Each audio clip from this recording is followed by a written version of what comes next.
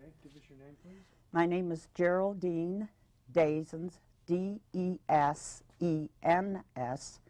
Rossiter, R-O-S-S-I-T-E-R. And, That's it. okay.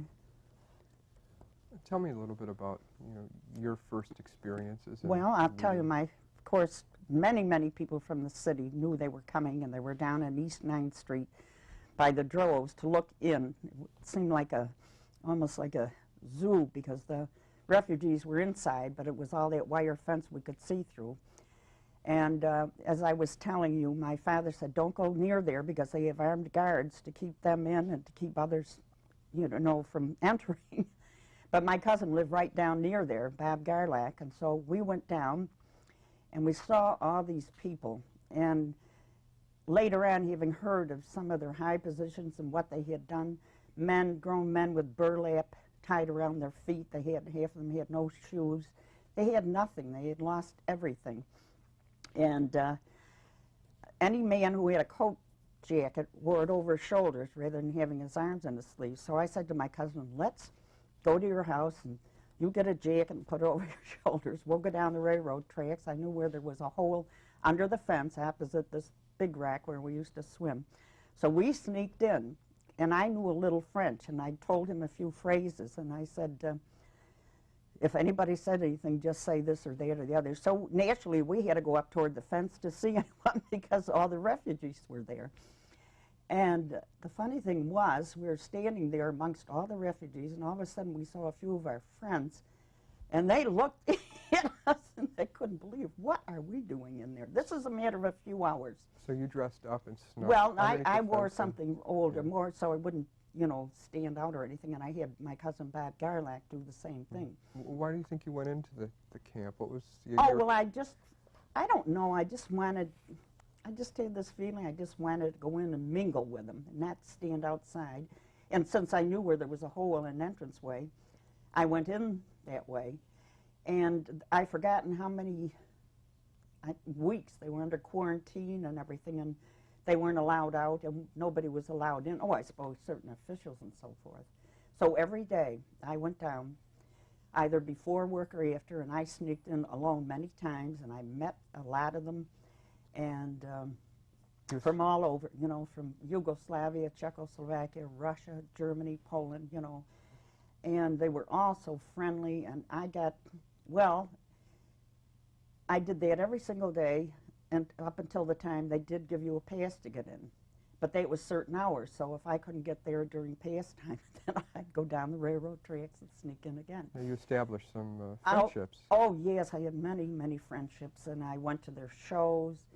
And, of course, they had told me all their horror stories. And my friend Edith, in particular, her father and two brothers were taken and shot right before her mother and her.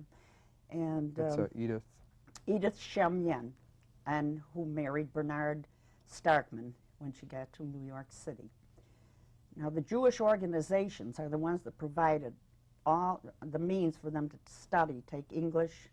Some of them took carpentry. She took hairdressing. I don't know what all the other courses were, but they're the ones that set this up.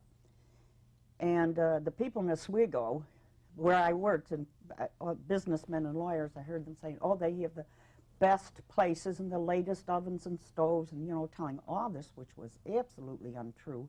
They lived in the barracks. They each had two small rooms and just cots to sleep on and wooden chairs to sit on, and there was one bathroom for the whole floor down at the end of the hall.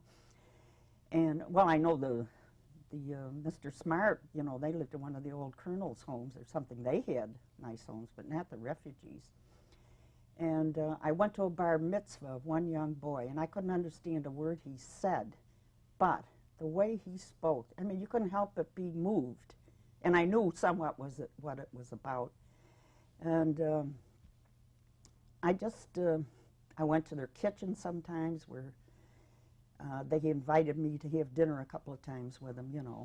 And then, what was that like, having dinner there? Well, I didn't even like the smell of the food, but some of the things they had. I've forgotten what I ate now. It has been quite a time.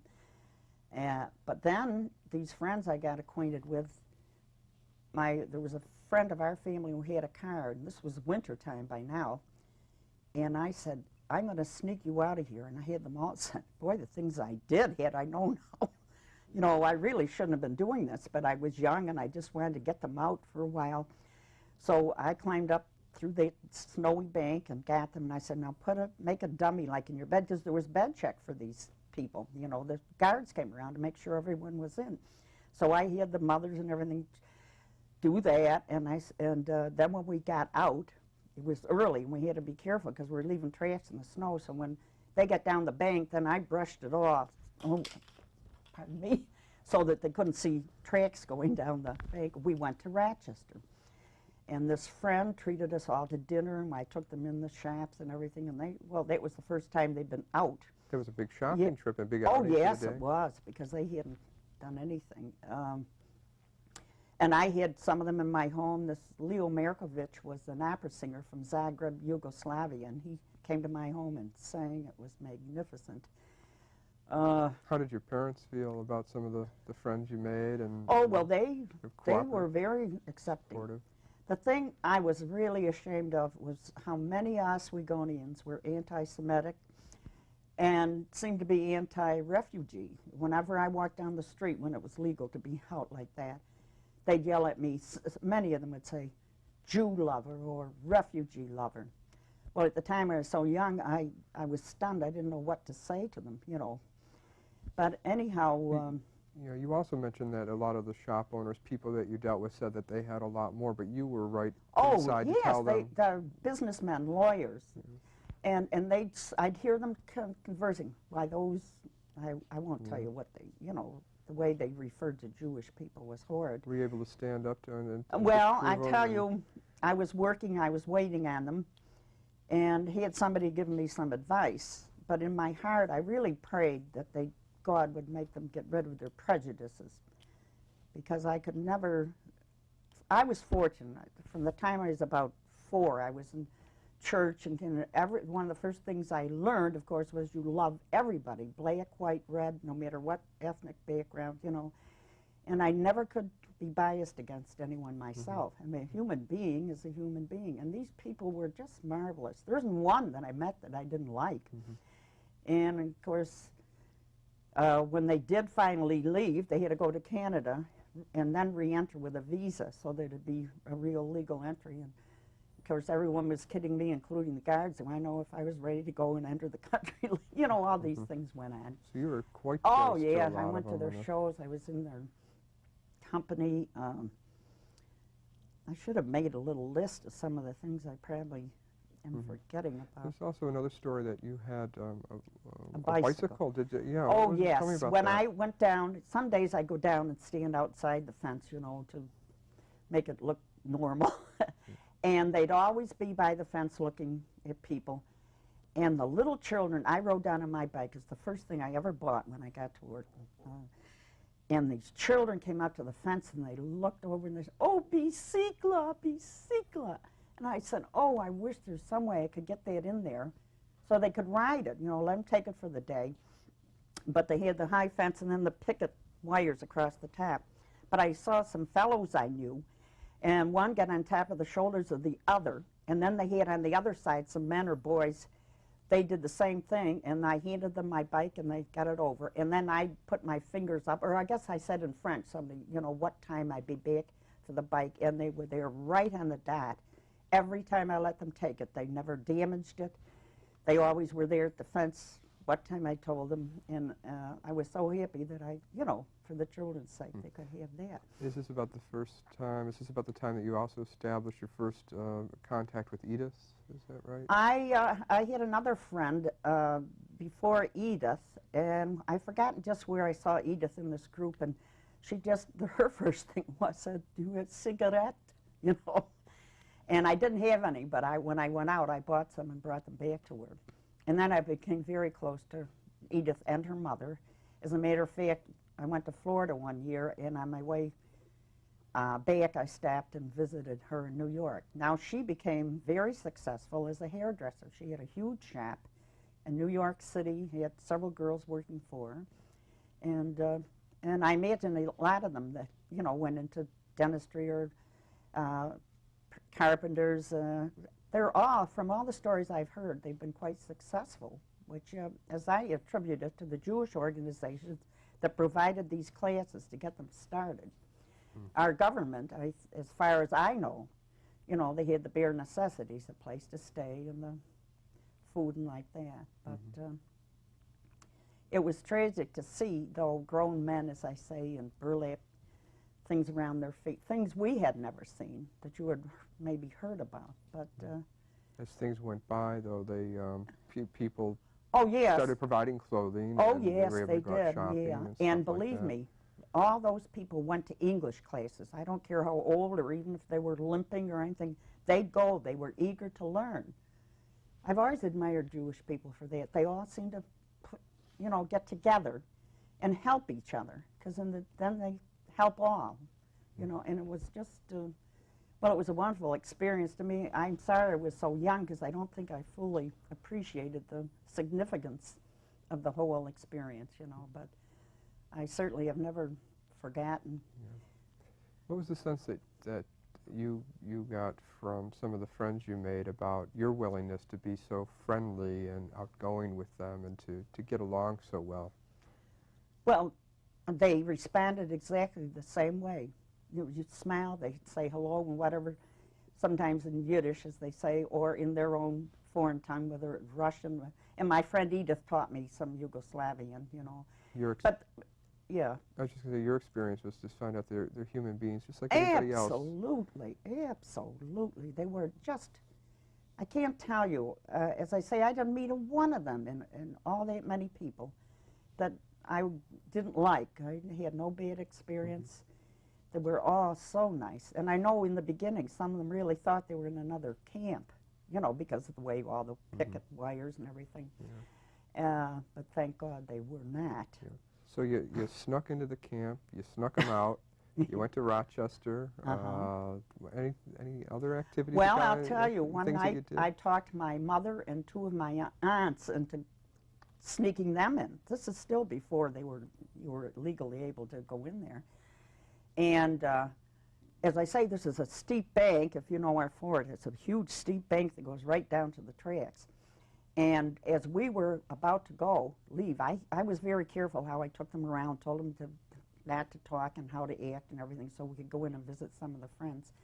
Then just as we were going, we saw the armed guard coming our way, and I said, "You've got to get down the bank fast."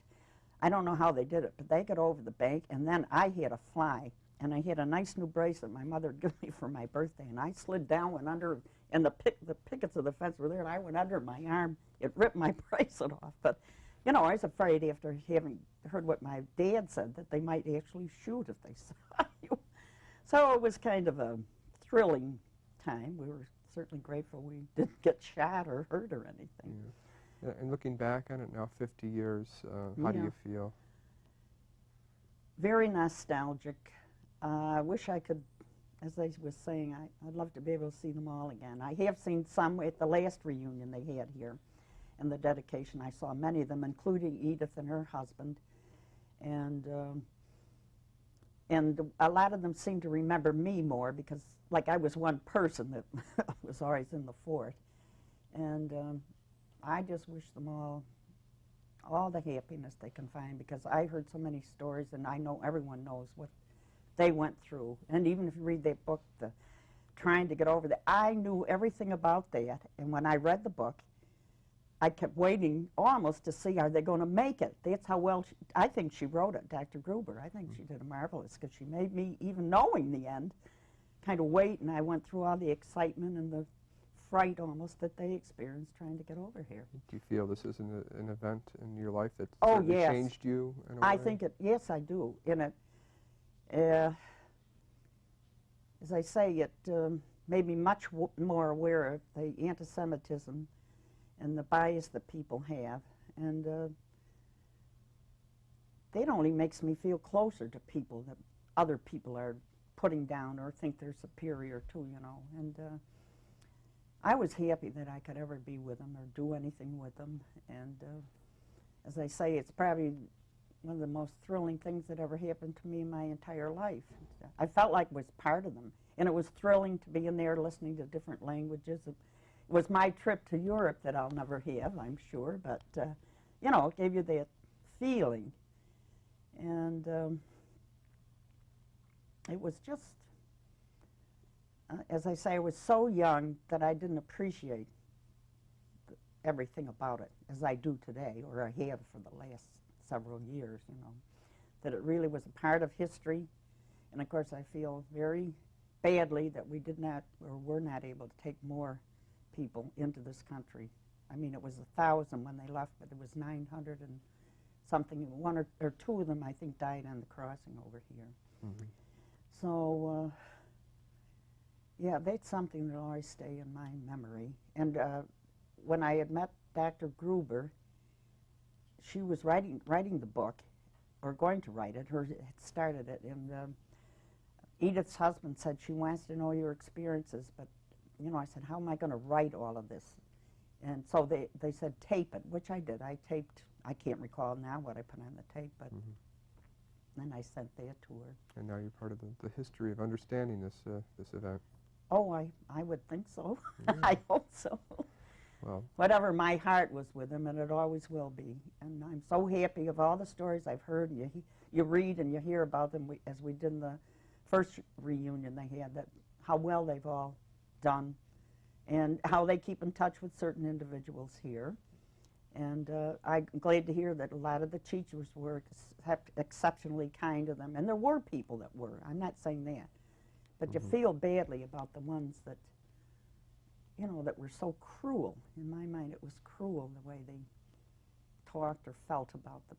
So, and maybe your warmth came through to show others that not all well, are I like know that. I had the most beautiful letters, pictures, all kinds of things, and unfortunately, my folks moved to Boston, and they had one of these big trunks, and I had put a lot of my things in there, and I wasn't thinking when they moved, they took that. And the first night, they left it out in the hall because they weren't settled. And do you know somebody stole the entire trunk? You know, you learn in a big city, it wasn't Oswego. Yeah. You don't do those things. And so I've lost treasures in that, absolute treasures. So. Well, I'd like to thank you very much. Well, you're very welcome. I hope you. I didn't talk too much.